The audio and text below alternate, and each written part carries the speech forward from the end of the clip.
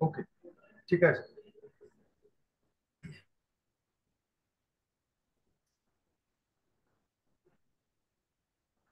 আচ্ছা, এর আগে আজকে যে ক্লাসটা আমরা করব সেটা হচ্ছে জীবজগতের শ্রেণীবিন্যাস, ঠিক আছে, classification of living organisms, right. তো প্রথমে যে জিনিসটা আমাদের জানতে হবে যে শ্রেণীবিন্যাস বলতে আমরা কি বুঝি বা ক্লাসিফিকেশন বলতে আমরা কি বুঝি। আমাদের দেখো এই যে সমগ্র আহ জীবজগৎ, তার মধ্যে আমরা যদি দেখি কাউকে কাউকে সিমিলার দেখতে, আবার কাউকে কাউকে ডিসিমিলার দেখতে, তাই তো। এটা হচ্ছে মরফোলজিক্যাল ফিচারের বেসিস। যেমন ধরো আমাদের সাথে কাদের সিমিলারিটি আছে, এর, শিম্পাঞ্জি, বাঁদর, এদের মধ্যে সিমিলারিটি আছে। আবার পাখিদের মধ্যে শালিক, ময়না, কাকাতুয়া, এদের মধ্যে সিমিলারিটি আছে, তাই তো। আবার ঠিক একই রকম ভাবে গাছেদের মধ্যে সিমিলারিটি আছে, কিন্তু আবার গাছেদের সাথে আমাদের ডিসিমিলারিটি আছে। তাহলে এই রকম যে সিমিলারিটি এবং ডিসিমিলারিটি, ঠিক আছে, সমস্ত জীবের আকার, আকৃতি, উৎপত্তি, বাসস্থান, প্রকৃতি এবং বিবর্তনগত সম্বন্ধ, এইগুলোর উপর বেস করে যখন আমাদের এই সমগ্র জীবজগৎকে বিভিন্ন গ্রুপের মধ্যে ভাগ করে দেওয়া হয়, তখন তাকে আমরা বলবো জীবজগতের শ্রেণীবিন্যাস। এবার প্রথমেই যে প্রশ্নটা আসবে যে এই জীবজগতের আমাদের শ্রেণীবিন্যাস করার প্রয়োজনীয়তাটা কোথায়, কেন করব, কি কি রিজনে করতে পারি। ফার্স্ট হচ্ছে শনাক্তকরণ বা আইডেন্টিফিকেশন, যে পার্টিকুলার এই যে আমি শ্রেণীবিন্যাস করলাম, এই শ্রেণীবিন্যাসের ভিত্তিতে কোনো একটা অর্গানিজমকে যাতে খুব ইজিলি আমরা আইডেন্টিফাই করতে পারি বা শনাক্তকরণ করতে পারি। 2 নম্বর হচ্ছে পারস্পরিক সম্পর্ক নির্ণয়। যখন মোর দ্যান ওয়ান ইন্ডিভিজুয়াল বা অর্গানিজম থাকবে, তখন তারা কতটা কাছাকাছি সম্পর্কের বা কতটা দূরের সম্পর্কের, সেই জিনিসটা যেন আমরা তোমার নির্ণয় করতে পারি এই শ্রেণীবিন্যাসের মাধ্যমে। আর 3 নম্বর হচ্ছে জীবজগৎ সম্বন্ধে একটা জ্ঞান লাভ, মানে ওভারঅল যে টোটাল আমাদের জীবজগৎ, তার মধ্যে কত ধরনের উদ্ভিদ রয়েছে, কত ধরনের প্রাণী রয়েছে, কত ধরনের ব্যাকটেরিয়া রয়েছে, কার কি গুণ আছে, কার কি মানে ওভারঅল ক্যারেক্টার আছে, সেই সব ক্যারেক্টার সম্বন্ধে একটা জ্ঞান লাভ করা হচ্ছে এই শ্রেণীবিন্যাসের অন্যতম তোমার প্রয়োজনীয়তা, ঠিক আছে। এইবার এই জীবজগতের যে শ্রেণীবিন্যাস করার পদ্ধতি, এটা প্রথম শুরু করেছিলেন অ্যারিস্টটল। অ্যারিস্টটলের নাম তোমরা, সরি অ্যারিস্টটল না, অ্যারিস্টটল স্টার্ট করেছিলেন, কিন্তু প্রথম তোমার যেটা ডকুমেন্টেড, তোমার সেই সময় ডকুমেন্টেড প্রথম যার জীবজগতের শ্রেণীবিন্যাস হয়েছে, সেটি হচ্ছে লিনিয়াসে। লিনিয়াস কি করেছিলেন, পুষ্টির ভিত্তিতে, মানে কে সহজী এবং কে পরভোজী, এইরকম পুষ্টির ভিত্তিতে সমগ্র জীবজগৎকে দুটো ভাগে ভাগ করেছে। একটা হচ্ছে উদ্ভিদ রাজ্য যারা সভোজী, এবং আরেকটা হচ্ছে প্রাণী রাজ্য যারা পরভোজী। কিন্তু এই যে দ্বিরাজ্যের শ্রেণীবিন্যাস যে হলো, টু কিংডম ক্লাসিফিকেশন, এতে কিন্তু তোমার উদ্ভিদ এবং প্রাণী জগতের বাইরে কাউকেই স্থান দেওয়া হয়নি। এরপর যেটা হলো যে সময়ের সাথে সাথে দ্বিরাজ্য শ্রেণীবিন্যাস থেকে ধীরে ধীরে ত্রিরাজ্য বা থ্রি কিংডম ক্লাসিফিকেশনের তোমার প্রস্তাবনা দেওয়া হয়। এই প্রস্তাবনাটা কে দিলেন, 1866 খ্রিস্টাব্দে বিজ্ঞানী আর্নেস্ট হিকেল প্রথম থ্রি কিংডম ক্লাসিফিকেশনের কথা বললেন। এবং এই তিনটে কিংডম কি কি, উদ্ভিদ, উদ্ভিদ রাজ্য, প্রাণী রাজ্য এবং প্রোটিস্টা রাজ্য, ঠিক আছে। এরপর যেটা এলো সেটা হচ্ছে ফোর কিংডম ক্লাসিফিকেশন, যেখানে উদ্ভিদ, প্রাণী, প্রোটিস্টা বাদে তোমার আরেকটা যেটা এলো সেটা হচ্ছে মোনেরা। এই মোনেরা কারা, এই মোনেরা হচ্ছে মেনলি প্রোক্যারিওটিক কোষ যারা, মানে অর্থাৎ ব্যাকটেরিয়া, তাদেরকে বলা হচ্ছে, তাদেরকে রাখা হচ্ছে মোনেরা। এবং এই ধরনের শ্রেণীবিন্যাস কে করলেন, এই ধরনের শ্রেণীবিন্যাস করলেন বিজ্ঞানী কোপল্যান্ড 1938 খ্রিস্টাব্দে। এরপরে মোটামুটি রিসেন্ট যেটা আছে, মানে যেই শ্রেণীবিন্যাস পদ্ধতিটা বহুল প্রচারিত এবং বহুল ভাবে মানে অনেকেই এটাকে আর কি একসেপ্ট করেছে, সেইটা হচ্ছে তোমার ফাইভ কিংডম ক্লাসিফিকেশন। বিজ্ঞানী হুইটেকার 1969 খ্রিস্টাব্দে ফাইভ কিংডম ক্লাসিফিকেশনের প্রস্তাবনা দেন। এই ফাইভ কিংডম ক্লাসিফিকেশনের মধ্যে কোন কোন কিংডম করছে, উদ্ভিদ, প্রাণী, ছত্রাক, প্রোটিস্টা এবং মোনেরা, রাইট। তো এই পাঁচটা হচ্ছে তোমার এই ফাইভ কিংডম ক্লাসিফিকেশনের পাঁচটা মেন গ্রুপ। এছাড়াও তোমার থ্রি ডোমেইন ক্লাসিফিকেশন বা সিক্স কিংডম ক্লাসিফিকেশনও আছে, যেগুলো অন্যতম গুরুত্বপূর্ণ। কিন্তু আমরা যেটা মেন আলোচনা করব সেটা হচ্ছে ফাইভ কিংডম ক্লাসিফিকেশন সম্বন্ধে। কারণ এই ফাইভ কিংডম ক্লাসিফিকেশন হচ্ছে বহুল প্রচারিত এবং অনেকের মধ্যেই গৃহীত। এই ফাইভ কিংডম ক্লাসিফিকেশন যখন আমরা করছি, ধরো তোমাদের ক্লাসের মধ্যে যখন 100টা ছেলে মেয়ে রয়েছে, তাহলে আমরা ক্লাসিফিকেশন যখন করি বা গ্রুপিং যখন করি, নির্দিষ্ট কিছু ক্যারেক্টারের ভিত্তিতে করি।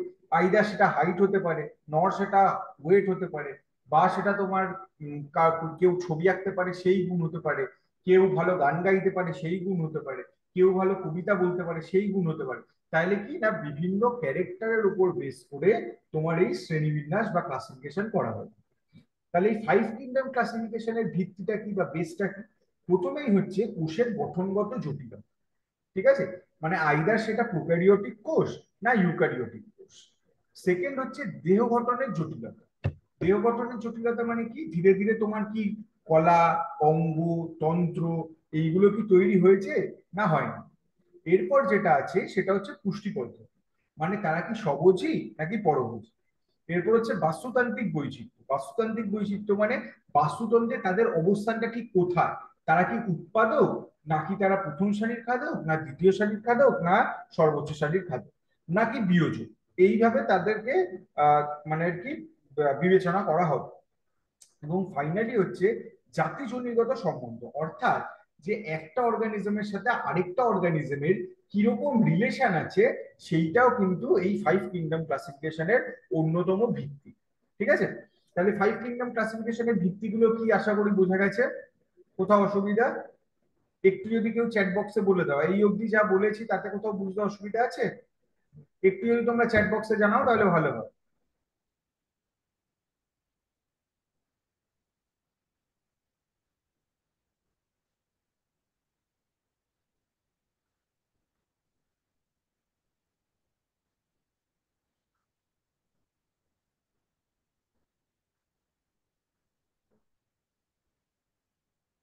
একটু যদি তোমরা চ্যাট বক্সে জানাও যে এই অবধি যতটুকু বললাম সেটায় কি কোনো অসুবিধা আছে।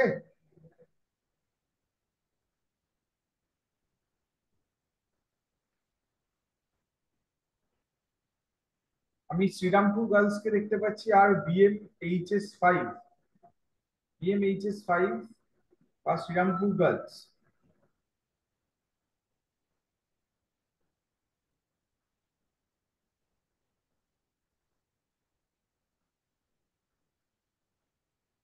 এরপর যেটা আমি বলবো যে ফাইভ কিংডম ক্লাসিফিকেশনের তোমার সুবিধা কি কি আছে এবং অসুবিধা কি কি আছে।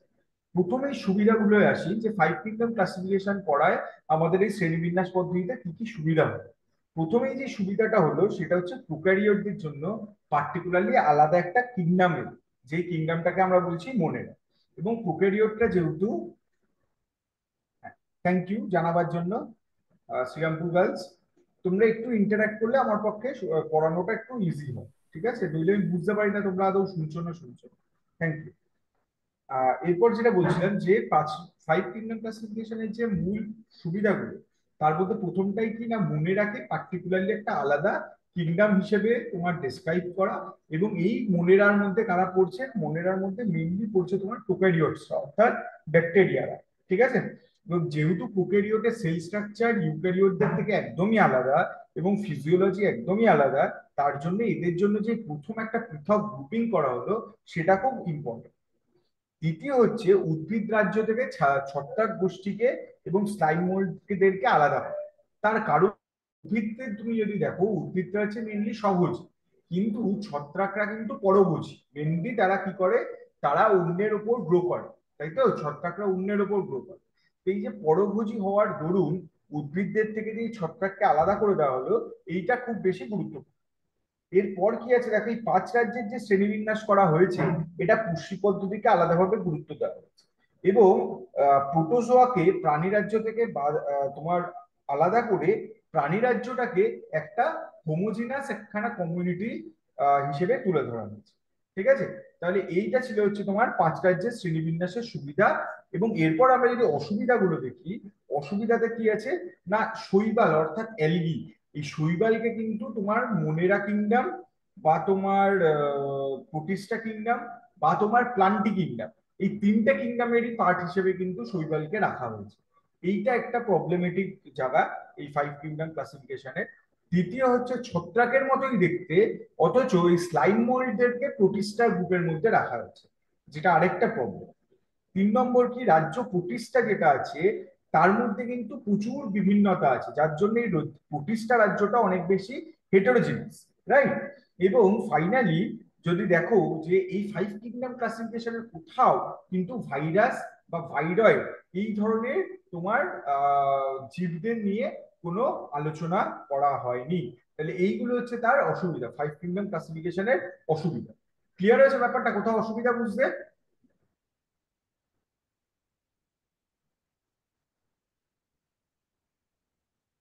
Thank you. আচ্ছা, এইবার আমরা যদি 5 কিংডম ক্লাসিফিকেশনের একটু তুলনা করি, পাঁচটা এই যে পাঁচটা আমাদের কিংডম আছে তাদের ক্যারেক্টার ওয়াইজ যদি একটু আমরা তুলনা করি, তাহলে আমরা কি দেখতে পাবো একটু তোমাদের সামনে তুলে ধরছি। প্রথমেই যদি আমরা কোষের প্রকৃতি নিয়ে আলোচনা করি, 5 কিংডম ক্লাসিফিকেশনের মধ্যে 4টে রাজ্য, অর্থাৎ প্রোটিস্টা, ফাঙ্গি, প্লান্টি এবং অ্যানিমেলিয়া, এই যে 4টি কিংডম, এই 4টি কিংডমই হচ্ছে কিন্তু তোমার ইউক্যারিওট। শুধুমাত্র মোনেরা হচ্ছে তোমার প্রোক্যারিওট। ক্লিয়ার? তাহলে কোষের প্রকৃতি অনুযায়ী যদি দেখি, একমাত্র মোনেরাই হচ্ছে তোমার প্রোক্যারিওটিক এবং বাদবাকি সবাই ইউক্যারিওট। এবার যেহেতু মোনেরা প্রোক্যারিওটিক, তার জন্য তার কোনো আদর্শ নিউক্লিয়াস নেই। বাদবাকি 4টে গ্রুপের কিন্তু আদর্শ নিউক্লিয়াস আছে। ক্লিয়ার? এইবার যদি আমি কোষ প্রাচীর দেখি, মোনেরা গ্রুপের মধ্যে কিন্তু তোমার কোষ প্রাচীর বিদ্যমান, এবং সেই কোষ প্রাচীরটা ইউজুয়ালি হচ্ছে পেপটিডোগ্লাইকানের লেয়ারে। কিন্তু প্রোটিস্টার মধ্যে যদি দেখি, কারো কারো মধ্যে তোমার কোষ প্রাচীর থাকে যাদের মধ্যে সেলুলোজ থাকে। আর ফাঙ্গাসের ক্ষেত্রে কিন্তু আবার উল্টো, ফাঙ্গাসের ক্ষেত্রে কিন্তু কোষ প্রাচীরে সেলুলোজ থাকে না, তার পরিবর্তে ফাঙ্গাসের মধ্যে থাকে কাইটিন। আবার উদ্ভিদ দেহে কিন্তু কোষ প্রাচীর আবার সেলুলোজ দ্বারা নির্মিত। এবং ফাইনালি অ্যানিমেলিয়ার ক্ষেত্রে যদি আমরা দেখি, অ্যানিমেলিয়াতে কোনো রকম কোষ প্রাচীর থাকে না, কোষ পর্দাই হচ্ছে কোষের শেষ আবরণী বা একদম বাইরের আবরণ। ক্লিয়ার? এবার যদি আমরা প্লাস্টিড সম্বন্ধে আলোচনা করি, প্লাস্টিড কি? প্লাস্টিড হচ্ছে যেটার মধ্যে ক্লোরোফিল থাকে, এবং যার জন্য উদ্ভিদ বা প্লাস্টিক যুক্ত যে উদ্ভিদ বা প্রাণী, উদ্ভিদ জীবদেহ যেটা রয়েছে, তারা সালোক সংশ্লেষ করতে পারে। এই প্লাস্টিড কাদের মধ্যে থাকে? সাধারণত তোমার মোনেরায় যাদের আছে তাদের মধ্যে সাধারণত প্লাস্টিড থাকে না। প্রোটিস্টা কিছু কিছু জীবের মধ্যে তোমার প্লাস্টিড থাকে, ফাঙ্গাসের মধ্যে একদমই থাকে না। প্লান্টের মধ্যে অবশ্যই প্লাস্টিড থাকে, আবার প্রাণীদের ক্ষেত্রে কিন্তু কোনো প্লাস্টিড থাকে না। এবার যদি আমরা এককোষী না বহুকোষী দেখি, সাধারণত মোনেরা এবং প্রোটিস্টা এরা হচ্ছে এককোষী। তোমার ফাঙ্গির ক্ষেত্রে এককোষী বহুকোষী উভয়ই দেখা যায়। প্লান্টের ক্ষেত্রে সবাই বহুকোষী, এবং অ্যানিমেলিয়ার ক্ষেত্রেও কিন্তু সবাই বহুকোষী। এরপর যদি আমরা গমন সম্বন্ধে দেখি, ইউজুয়ালি মোনেরার মধ্যে কারো কারো ফ্লাজেলা বা সিলিয়া থাকে, তার জন্য তারা গমনে সক্ষম। প্রোটিস্টার ক্ষেত্রেও তাদের সিলিয়া, ফ্লাজেলা বা ক্ষণপথ থাকে, তার জন্য তারা গমনে সক্ষম। ফাঙ্গাসের মধ্যে কিছু কিছু পোর্শন গমনে সক্ষম, বাদ বাকি বেশিরভাগই তোমার গমনে অক্ষম। উদ্ভিদ সবাই গমনে অক্ষম, প্রাণীদের আবার সবাই গমনে সক্ষম। ঠিক আছে? এরপর পুষ্টির ক্ষেত্রে যদি দেখি, প্রোক্যারিওটদের ক্ষেত্রে, মোনেরার ক্ষেত্রে কিছু কিছু ক্ষেত্রে মোনেরারা সালোক সংশ্লেষ করতে পারে। প্রোটিস্টার মধ্যেও কিছু কিছু তোমার সালোক সংশ্লেষ করতে পারে। ফাঙ্গি কেউ সালোক সংশ্লেষ করতে পারে না, উদ্ভিদ আবার সালোক সংশ্লেষ করতে পারে, এবং অ্যানিমেলিয়ার কেউই সালোক সংশ্লেষ করতে পারে না। এবার যদি আমি জনন সম্বন্ধে আলোচনা করি, মোনেরার মধ্যে ইনিশিয়ালি আমরা অযৌন জনন দেখতে পাই, এবং টু সাম এক্সটেন্ট কিছু কিছু ক্ষেত্রে যৌন জনন দেখা যায়, যেই যৌন জনন কনজুগেশন, ট্রান্সফরমেশন বা ট্রান্সডাকশন পদ্ধতিতে ঘটে। প্রোটিস্টাদের ক্ষেত্রে অযৌন এবং যৌন জনন উভয়ই দেখা যায়। ছত্রাকের ক্ষেত্রেও তাই, উদ্ভিদের ক্ষেত্রেও তাই, এবং প্রাণীদের ক্ষেত্রেও তাই, মানে বাদবাকি সবকটার ক্ষেত্রেই অযৌন বা যৌন জনন উভয়ই দেখা যায়। আর স্নায়ুতন্ত্র যদি দেখি, একমাত্র প্রাণী দেহের ক্ষেত্রেই কিন্তু তোমার স্নায়ুতন্ত্র প্রেজেন্ট থাকে, বাদবাকি আর কোনো কিংডমে কিন্তু স্নায়ুতন্ত্রের প্রেজেন্স আছে বলে জানা যায় না। অর্থাৎ বাদবাকি 4টের মধ্যে কোনো রকম স্নায়ুতন্ত্রের কোনো উপস্থিতি নেই। ঠিক আছে? তাহলে এইটা হলো একটা ওভারঅল 5 কিংডমের বিভিন্ন ক্যারেক্টারের উপর দাঁড়িয়ে 5 কিংডমের মধ্যে একটা কম্পারেটিভ আলোচনা। ঠিক আছে? এই কম্পারিজনটার কারো কোথাও বুঝতে অসুবিধা আছে? বলো একবার। কোথাও অসুবিধা আছে তোমাদের বুঝতে? তোমরা বলো, তারপর আমি পরের অংশটা ঢুকবো।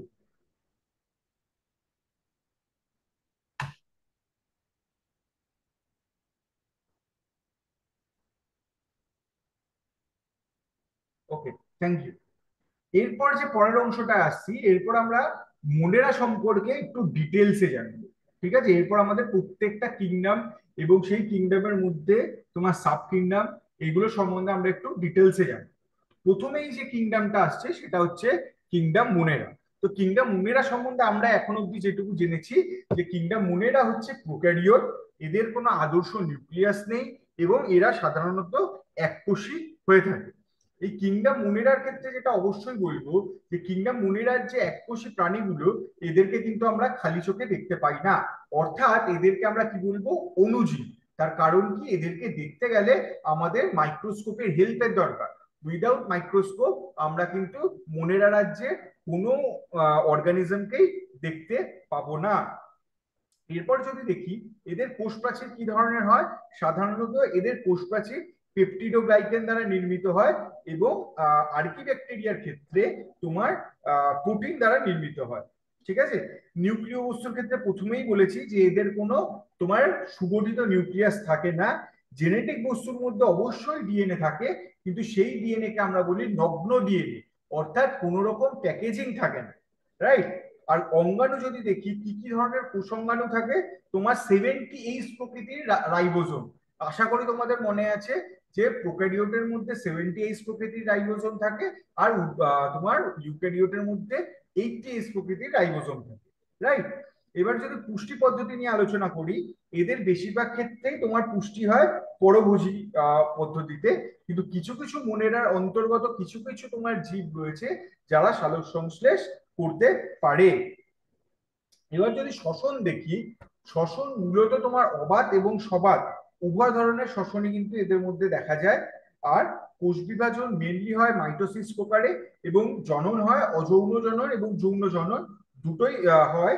যৌন জনন কিসের ক্ষেত্রে হয়, কনজুগেশন, ট্রান্সফরমেশন এবং ট্রান্সডাকশনের মাধ্যমে। ঠিক আছে, তাহলে এইগুলো হচ্ছে তোমার একটা ওভারঅল বৈশিষ্ট্য এই কিংডম মনে রাখা।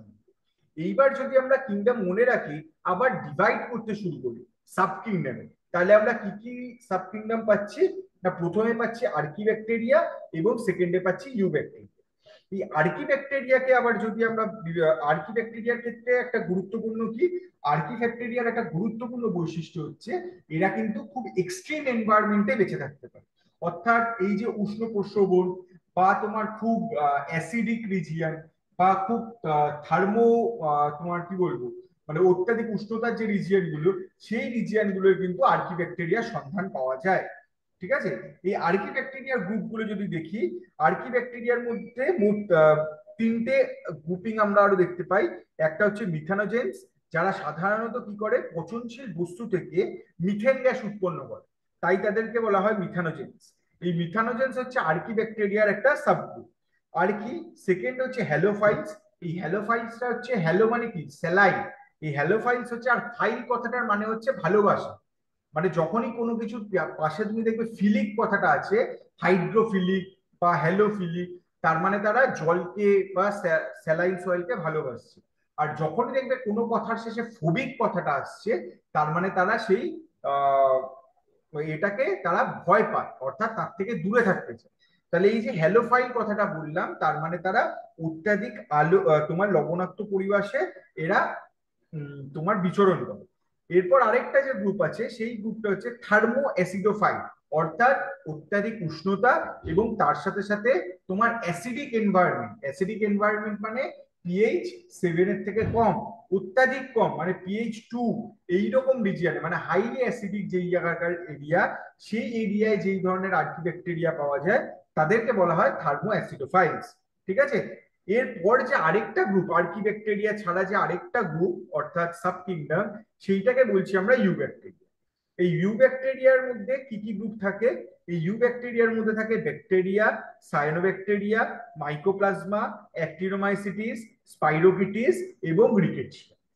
ক্লিয়ার হয়েছে? এই অবধি ক্লিয়ার হয়েছে বলো? এরপর আমি কিন্তু ব্যাকটেরিয়ার মধ্যে ঢুকবো। ব্যাকটেরিয়ার গ্রুপিংটা একটু বড়। ক্লাসিফিকেশনটা একটু বড়, সেক্ষেত্রে ঢুকবো। এই অবধি তোমাদের কোথাও অসুবিধা আছে বলো?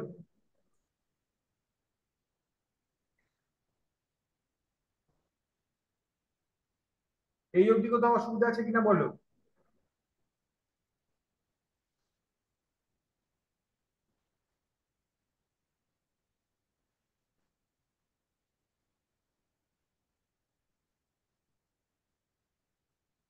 শ্রীরামপুর, জাস্ট চ্যাট বক্সে একটু লেখো কোথাও কি প্রবলেম আছে।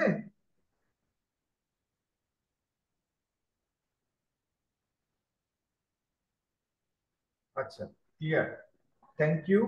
আচ্ছা, এরপর যেটা আমরা যাচ্ছি সেটা হচ্ছে তোমার সাব কিংডম ইউ ব্যাকটেরিয়ার আন্ডারে তোমার ব্যাকটেরিয়া সম্বন্ধে আমরা আলোচনা করব।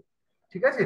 এই ব্যাকটেরিয়ার ক্ষেত্রে যদি আমরা দেখি, তোমার ব্যাকটেরিয়া হচ্ছে এক ধরনের এককোষী প্রোক্যারিওটিক কোষ, যাদের তোমার কোষ প্রাচীরটি পেপটিডোগ্লাইকেন দ্বারা নির্মিত, এবং এদের কি হয়, নগ্ন ডিএনএ থাকে, এবং যে সঞ্চিত বস্তু রূপে গ্লাইকোজেন স্টোর থাকে, মানে আমাদের যেমন খাবারকে আমরা স্টোর করে রাখি সেরকম ওরাও স্টোর করতে পারে, এবং ওদের স্টোরেজ ফর্মটা হচ্ছে গ্লাইকোজেন। ঠিক আছে?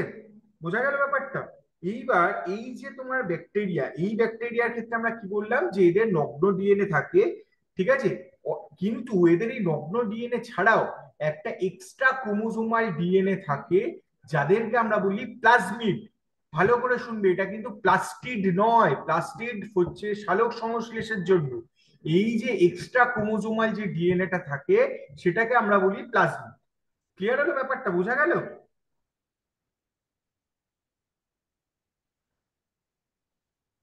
এরপরে যে জায়গাটা আছে, যে ব্যাকটেরিয়াকে আমরা কত ভাগে ভাগ করতে পারি। প্রথমেই যদি দেখি, আমরা যদি আকৃতি অনুযায়ী ভাগগুলো দেখি, সাধারণত আমি কি বললাম, যে ব্যাকটেরিয়াকে আমরা কিসের সাহায্যে দেখতে পাই? মাইক্রোস্কোপের সাহায্যে, তাই তো? এইবার এই মাইক্রোস্কোপের সাহায্যে যখন আমরা ব্যাকটেরিয়াকে দেখছি, কিছু কিছু ব্যাকটেরিয়াকে দেখা যায় যারা খুব গোলাকার, ছোট ছোট ছোট ছোট গোলাকার। ঠিক আছে? এদেরকে আমরা বলি মনোকক্কাস, কক্কাস, মনোকক্কাস শূন্য, কক্কাস। যাদের গোলাকার হবে সে, তাদেরকে আমরা বলবো কক্কাস। এবার যেই ব্যাকটেরিয়া গুলো একা একা ছড়িয়ে থাকবে তাদেরকে বলবো মনোকক্কাস। যদি দুটো দুটো করে ছড়ানো থাকে, মানে দুটো দুটো ব্যাকটেরিয়া গোল গোল পাশাপাশি রয়েছে, তাদেরকে বলবো ডিপ্লোকক্কাস। যদি সেটা চারটে হয় তাহলে বলবো টেট্রাকক্কাস। যদি অনেকগুলো ব্যাকটেরিয়া পুঁথির মতো গোলাকার হয়ে সেজে থাকে তো তাহলে বলবো স্ট্রেপ্টোকক্কাস। এবং যদি অনেকগুলো গোলাকার ব্যাকটেরিয়া একটা ঘনক আকারে সজ্জিত থাকে তখন তাকে বলবো সার্সি। ঠিক আছে? এরপর এই গোলাকার বাদ দিয়ে যদি তোমার দণ্ডাকার যদি ব্যাকটেরিয়াকে আমরা মাইক্রোস্কোপের নিচে দেখতে পাই, তখন তাকে আমরা বলবো ব্যাসিলাস। এবং ঠিক একইভাবে যদি একটি থাকে ব্যাসিলাস, তখন তাকে বলবো মোনো। ঠিক একইভাবে ডিপ্লো, টেট্রা, স্টেপ্টো, একইভাবে তোমার চলতে থাকবে। ঠিক আছে? এই গোলাকার এবং দণ্ডাকার বাদ দিয়ে আরেকটা যে শেপ দেখতে পাওয়া যায় সেটা হচ্ছে কমা আকৃতি, যেটাকে আমরা বলি ভিব্রিও। তোমরা নিশ্চয়ই কলেরার নাম শুনেছো। যে কলেরার যে জীবাণুটি সেটা হচ্ছে ভিব্রিও কলেরি। এই ভিব্রিও কলেরি হচ্ছে তোমার এই কমাকৃতির তোমার ব্যাকটেরিয়া। এছাড়া আর কি ধরনের থাকে? স্পাইরিলাম থাকে। স্পাইরিলাম হচ্ছে যারা সর্পিল আকৃতির হয়। ঠিক আছে? এরপর যেটা আসে ব্যাকটেরিয়া ক্লাসিফিকেশনের জন্য খুব গুরুত্বপূর্ণ, তোমরা হায়ার ক্লাসে গিয়ে আরো ভালো জানতে পারবে, সেটা হচ্ছে ব্যাকটেরিয়াকে যখন আমরা মাইক্রোস্কোপের নিচে দেখি, তাকে কিন্তু উইদাউট এনি রঞ্জক, রঞ্জক মানে কি রং, রং ছাড়া আমরা চিনতে পারবো না বা দেখতে পারবো না। তাহলে কি করা হয়, তাকে রং দিয়ে রাঙিয়ে দেওয়া হয়, মানে কোনো একটা রঞ্জক পদার্থ দিয়ে তাকে একটা কালার দেওয়া হয়। এইবার এই যে আমরা রঞ্জক পদার্থটা দিচ্ছি, সেই রঞ্জক পদার্থটা আহ, মানে একটা পার্টিকুলার স্টেন আছে, যে স্টেনটার নাম হচ্ছে গ্রাম স্টেন। বিজ্ঞানী গ্রাম এই স্টেনটা আবিষ্কার করে, এবং তার নাম অনুসারে স্টেনিং পদ্ধতিটার নাম দেওয়া হয় গ্রাম স্টেনিং পদ্ধতি। তাহলে এই গ্রাম স্টেনিং পদ্ধতিতে যারা তোমার পজিটিভ হয়, বা যাদেরকে আমরা গ্রাম স্টেনিং পদ্ধতিতে আহ কি বলবো, আহ রংটা হচ্ছে তোমার বাদামি। হ্যাঁ, এই বাদামি রঙের যাদের হয়, তার মাইক্রোস্কোপের নিচে নিচে যাদেরকে আমরা গ্রাম স্টেন করার পর বাদামি রঙে দেখতে পাই, তাদেরকে আমরা বলবো গ্রাম পজিটিভ। এবং যাদেরকে আমরা পার্পেল দেখতে পারবো, অর্থাৎ তোমার পিঙ্ক, পার্পেল বা পিঙ্ক বলতে পারি, তাদেরকে আমরা বলবো গ্রাম নেগেটিভ ব্যাকটেরিয়া। তাহলে এই গ্রাম রঞ্জকের উপর বেস করে তোমার গ্রাম পজিটিভ এবং গ্রাম নেগেটিভ এই দুই ভাগে ভাগ করা যায়। এরপর হচ্ছে তাপ সহনশীলতার ভিত্তিতে, মানে সে কতটা তাপের উপর সাথে অ্যাডজাস্ট করতে পারে। যারা খুব ঠান্ডায় বসবাস করে, যে ব্যাকটেরিয়ারা খুব ঠান্ডায় থাকতে পারে, তাদেরকে আমরা বলি সাইক্রোফিলিক ব্যাকটেরিয়া। সাধারণত এরা -20 থেকে 15 ডিগ্রি, +15, -20 থেকে +15 ডিগ্রি এই টেম্পারেচারে যারা বেঁচে থাকে, যে ব্যাকটেরিয়াগুলি, তাদেরকে আমরা বলি সাইক্রোফিলিক। তারপর হচ্ছে মেসোফিলিক। মেসোফিলিক হচ্ছে যারা 20 ডিগ্রি থেকে 45 ডিগ্রির মধ্যে যারা থাকে, তাদেরকে বলি মেসোফিলিক। এরপর হচ্ছে থার্মোফিলিক, যারা 40 ডিগ্রি থেকে 80 ডিগ্রি টেম্পারেচার, 80 ডিগ্রি সেন্টিগ্রেড টেম্পারেচারে যারা বেঁচে থাকে, তাদেরকে আমরা বলি থার্মোফিলিক। এবং তারপরও যারা 80 ডিগ্রির অ্যাভাব, প্রায় 120 ডিগ্রি সেন্টিগ্রেড অব্দি বেঁচে থাকতে পারে, তাদেরকে আমরা বলি হাইপার থার্মোফিলিক। ক্লিয়ার? বোঝা গেছে? কোথাও অসুবিধা বলো? কোথাও অসুবিধা?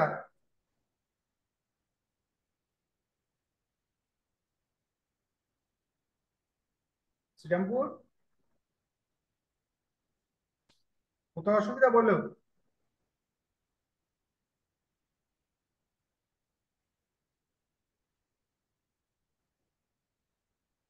আর ব্যাকটেরিয়ার ক্লাসিফিকেশনে আর দুটো টপিক আছে। একটা হচ্ছে তোমার শ্বসন অনুযায়ী, আর একটা হচ্ছে পুষ্টি পদ্ধতি অনুযায়ী।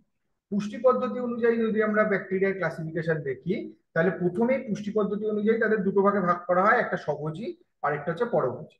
এবার স্বভোজীর মধ্যে আছে আবার দু রকম গ্রুপ, যারা ফটো অটোট্রপিক, আর আরেকটা গ্রুপ হচ্ছে যারা কেমো অটোট্রপিক। ফটো অটোট্রপিক কারা? যারা সালোক সংশ্লেষে, সূর্যালোকের উপস্থিতিতে তোমার সালোক সংশ্লেষ করে, তাদেরকে আমরা বলি ফটো অটোট্রপিক। আর যারা অজৈব বস্তুকে জারিত করে উৎপন্ন শক্তির সাহায্যে খাদ্য খাদ্য প্রস্তুত করে, তাদেরকে আমরা বলি কেমো অটোট্রপিক। ক্লিয়ার? আর আরেকটা গ্রুপ হচ্ছে পরভোজী, যার ইউজুয়ালি যে যাদেরকে আমরা তোমার ওই মৃতজীবী, মিথ্যজীবী, পরজীবী এই গ্রুপগুলোর মধ্যে ভাগ করতে পারি।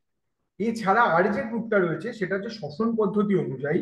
শ্বসন পদ্ধতি অনুযায়ী মোটামুটি 6টা গ্রুপে ভাগ করা যায়। এই 6টা গ্রুপ কি কি না? বাধ্যতামূলক বায়ুজীবী, মানে ওদের বেঁচে থাকার জন্য অবশ্যই অক্সিজেন দরকার। বাধ্যতামূলক অবায়ুজীবী, মানে বেঁচে থাকার জন্য ওদের অক্সিজেনের অনুপস্থিতি দরকার, মানে অক্সিজেন থাকলে ওরা কোনো মতেই বাঁচতে পারবে না। তার জন্য ওদের বেঁচে থাকার জন্য অক্সিজেন থাকবে না, এরকম পরিবেশেই তারা বাঁচে। থার্ড যে এটা গ্রুপটা, সেটা হচ্ছে ঐচ্ছিক বায়ুজীবী। এদের ক্ষেত্রে হচ্ছে সাধারণত এরা অক্সিজেনের অনুপস্থিতিতে বাঁচে, তবে অক্সিজেন থাকলেও এদের খুব একটা প্রবলেম হয় না। এরপর হচ্ছে ঐচ্ছিক অবায়ুজীবী। ঐচ্ছিক অবায়ুজীবী কারা? যারা সাধারণত অক্সিজেনের উপস্থিতিতে শ্বসন করে, কিন্তু অক্সিজেন না থাকলেও তারা শ্বসন কমপ্লিট করতে পারবে। এছাড়া আছে আনটলারেন্ট বায়ুজীবী, যাদের তোমার অক্সিজেনের অনুপস্থিতিতে তোমার কোনো অক্সাইড যৌগ থেকে অক্সিজেনকে ব্যবহার করে শোষণ করে, এদেরকে বলে আনটলারেন্ট বায়ুজীবী। আর আরেকটা হচ্ছে এরোটলারেন্ট বায়ুজীবী। এদের ক্ষেত্রে হচ্ছে অক্সিজেনের উপস্থিতিতেও অবাধ শোষণ করে এই ধরনের ব্যাকটেরিয়া। ক্লিয়ার হলো? তাহলে এই শ্বসনের ভিত্তিতে আমরা এই 6টা গ্রুপে আমরা ব্যাকটেরিয়াকে ভাগ করতে পারি। ঠিক আছে? তাহলে ওভারঅল আমরা ব্যাকটেরিয়ার ক রকমের ক্লাসিফিকেশন হয় সেটা দেখলাম। ঠিক আছে? নেক্সট দিন আমরা ব্যাকটেরিয়ার জনন থেকে স্টার্ট করব। তাহলে আজকে আমরা কি পড়লাম একটু জাস্ট সাম আপ করে দিচ্ছি, যে ক্লাসিফিকেশন কি, ক্লাসিফিকেশনের প্রয়োজনীয়তা কি, ক ধরনের ক্লাসিফিকেশন হয়, 2 কিংডম, 3 কিংডম, 4 কিংডম, 5 কিংডম ইত্যাদি। এরপর এই 5 কিংডম ক্লাসিফিকেশনের মধ্যে সুবিধা এবং অসুবিধাগুলো কি কি, এবং এর যে একটা কম্পারিজন, এই 5 কিংডম ক্লাসিফিকেশনের ভিত্তির গুলোর উপরে যে 5টা কিংডমের যে কি কম্পারিজন, সেটা সম্বন্ধে জানলাম। এরপর আমরা কিংডম মোনেরা সম্বন্ধে পড়তে শুরু করেছি, যেখানে কিংডম মোনেরার আমরা সরল বৈশিষ্ট্যগুলো জানলাম। এরপর তার যে সাবগ্রুপিং, অর্থাৎ আর্কিব্যাকটেরিয়া এবং ইউ ব্যাকটেরিয়া সম্বন্ধে জানলাম। এবং এই ইউ ব্যাকটেরিয়ার মধ্যে আমরা ব্যাকটেরিয়াকে নিয়ে এখন আলোচনা করছি, যার আমরা মেইনলি বিভিন্ন ভাবে তার যে গ্রুপিং সেইগুলো সম্বন্ধে জানলাম। ঠিক আছে? এরপর নেক্সট দিন আমরা জনন, অর্থাৎ ব্যাকটেরিয়া কিভাবে জনন করে সেই অংশটা থেকে পড়া স্টার্ট করবো। আজকে তোমাদের এই অবধি থাক, 12টা 50 বাজে। ঠিক আছে? আর তোমাদের